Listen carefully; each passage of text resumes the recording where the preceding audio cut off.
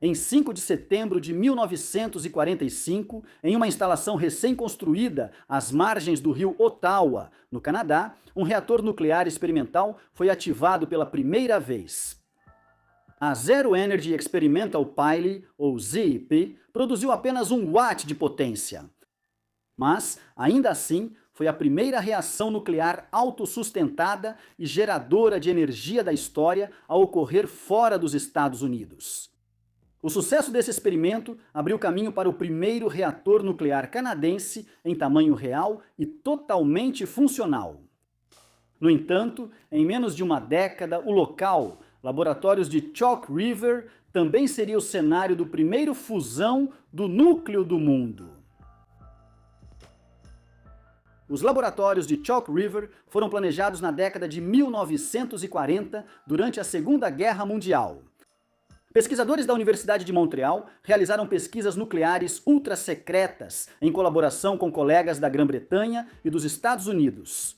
O principal objetivo deles, na época, era explorar como a tecnologia nuclear poderia ser usada para apoiar o esforço de guerra, tanto gerando energia quanto por meio do uso de armas nucleares. Em 1945, armas nucleares foram usadas em um ato de guerra pela primeira vez. Bombas americanas caíram sobre Hiroshima e Nagasaki, no Japão, causando níveis inconcebíveis de destruição e sofrimento humano, mas também encerrando de forma decisiva a participação do Japão na guerra. Quando Chalk River se tornou totalmente operacional, a guerra já havia terminado e o foco havia mudado para a exploração do potencial da energia nuclear. Chalk River forneceu plutônio para os Estados Unidos usarem em armas durante seu período de funcionamento, mas seu principal objetivo era já a pesquisa para aplicações pacíficas da tecnologia nuclear.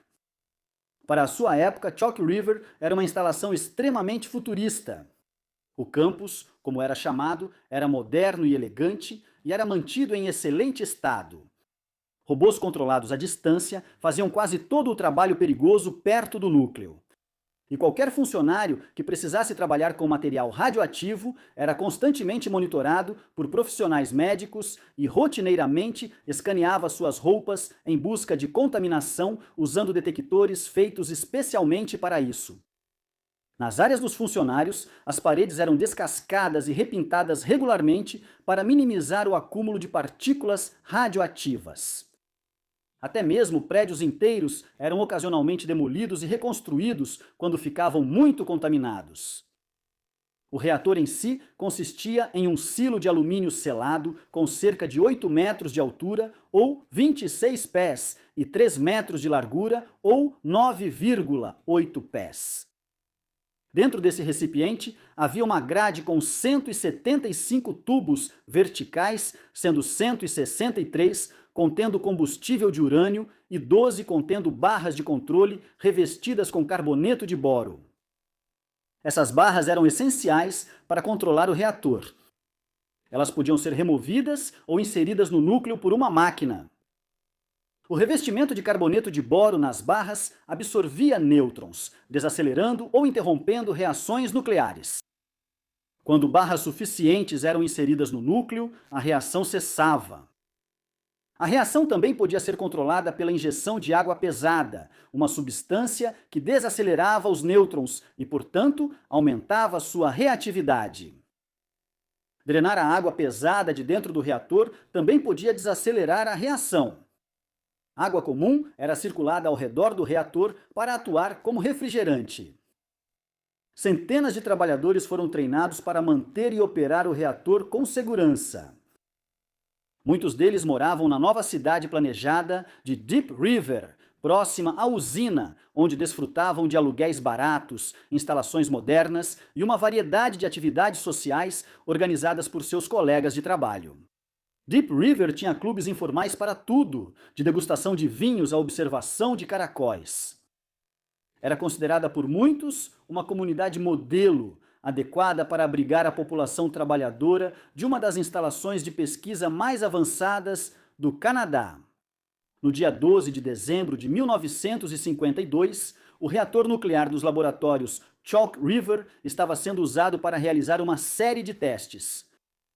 O último teste do dia envolvia drenar parte da água de resfriamento do reator, reduzindo assim sua capacidade de resfriamento. Enquanto esse teste estava sendo realizado, um erro humano de um único trabalhador fez com que 4 barras de controle fossem removidas do reator. Com o nível de resfriamento reduzido e 4 barras de controle removidas, a produção de energia do reator disparou. Alarmes começaram a soar por toda a instalação. Um supervisor detectou o problema rapidamente. Ele ligou para a sala de controle, dando instruções apressadas sobre como corrigir o erro e devolver as barras de controle ao núcleo do reator. No entanto, na pressa, ele se enganou e acidentalmente disse a um funcionário para apertar um botão que removeria ainda mais barras de controle do reator. O supervisor percebeu imediatamente que tinha dito a coisa errada e se corrigiu em questão de segundos, mas já era tarde demais. Assim que ele deu a instrução, o funcionário desligou o telefone e apertou o botão que havia sido ordenado a apertar. Como resultado, ainda mais barras de controle foram removidas do reator. A situação agora estava fora de controle. Uma fusão parcial do núcleo estava acontecendo. O combustível de urânio dentro do reator derreteu, contaminando o sistema de resfriamento à água. Isso se rompeu, vazando milhões de litros de água contaminada para o subsolo da instalação. As tentativas de reinserir as barras de controle falharam. Após pouco mais de 1 minuto de atividade frenética, os trabalhadores conseguiram drenar o reator de sua carga de água pesada e, assim, interromper a reação. Mas o dano já estava feito. Agora eles estavam diante de um reator danificado, um enorme vazamento de água radioativa e um acidente nuclear em uma escala que o mundo nunca tinha visto antes. A limpeza dessa bagunça desastrosa levou mais de 1 ano, com quase 800 funcionários contribuindo para o esforço. Uma tubulação especial foi construída para drenar a água derramada, que então seria filtrada por areia antes de ser descartada, livre de contaminação radioativa em um riacho próximo. O próprio reator também teve que ser desmontado e enterrado, embora essa tenha sido uma tarefa difícil. Os trabalhadores podiam ter contato com ele por até 90 segundos cada vez. Uma réplica do reator foi construída em um parquinho e os trabalhadores treinaram extensivamente antes do turno, durante o qual eles podiam realizar apenas uma tarefa rápida, como afrouxar um parafuso ou mover uma única peça de equipamento. Centenas de funcionários da usina e militares, incluindo membros do Exército e da Marinha dos Estados Unidos, contribuíram para a limpeza. Notavelmente, Jimmy Carter, um tenente da Marinha que mais tarde se tornaria presidente dos Estados Unidos, estava entre os que participaram. Apesar de muitos obstáculos, com persistência paciente, o reator foi finalmente desmontado, transportado e enterrado, junto com dezenas de barras de combustível danificadas e quebradas. Os moradores locais de Deep River não puderam deixar de notar que algo estava errado na usina, e rumores de um acidente grave começaram a circular. O perigo, no entanto, foi minimizado. Repórteres foram convidados a visitar a usina apenas 2 dias após a fusão parcial do núcleo e fizeram uma visita guiada, durante o qual lhes disseram que não estavam correndo mais risco do que ao atravessar uma rua movimentada. O trabalho rotineiro de pesquisa, foco principal de Chalk River, foi gradualmente retomado. A instalação se expandiu ao longo dos anos seguintes e a primeira fusão do núcleo da história logo foi mais ou menos esquecido. No dia 24 de maio de 1958, alguns trabalhos estavam programados para acontecer em um novo reator, mais potente, que havia sido instalado em Chalk River no ano anterior. Barras de combustível danificadas precisavam ser removidas. Um guindaste colocaria as barras em recipientes com água para resfriamento e depois as transferiria para uma piscina. No entanto, durante a remoção de uma das barras, os trabalhadores perceberam que o recipiente que haviam preparado não continha água. Quando o operador do guindaste tentou devolver a barra para o reator, ela ficou presa, quebrou e pegou fogo. Poeira e fumaça radioativas tomaram conta da área e os trabalhadores fugiram.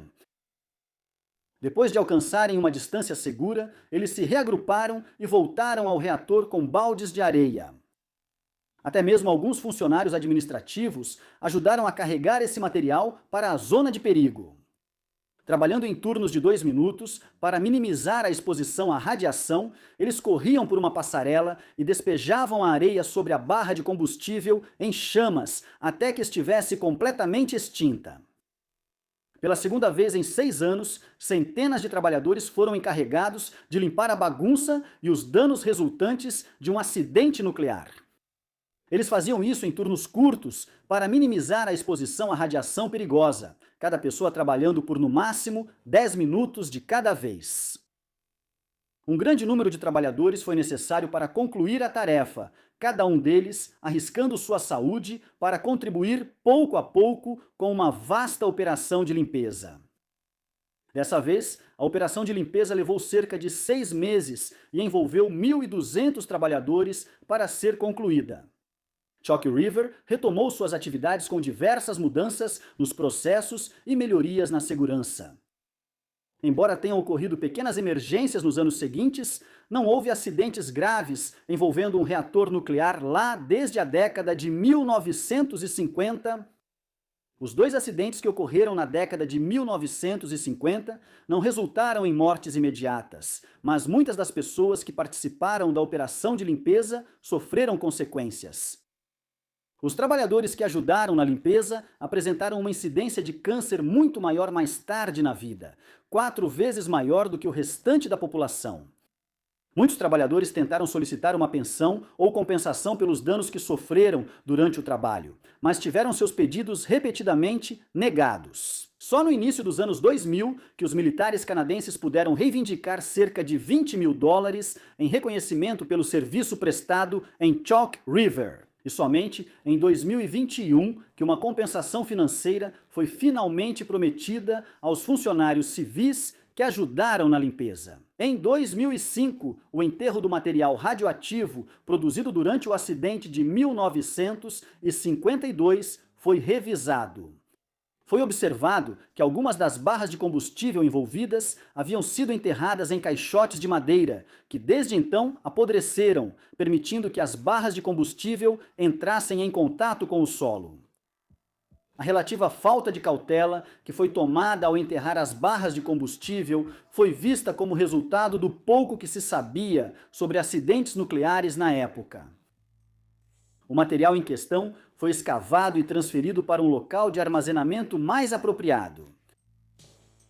O acidente de 1958 e a fusão do núcleo de 1952 foram 2 dos primeiros acidentes nucleares graves da história, embora permaneçam menos conhecidos do que outros, como o acidente de 3 Mile Island e o incêndio de Windscale.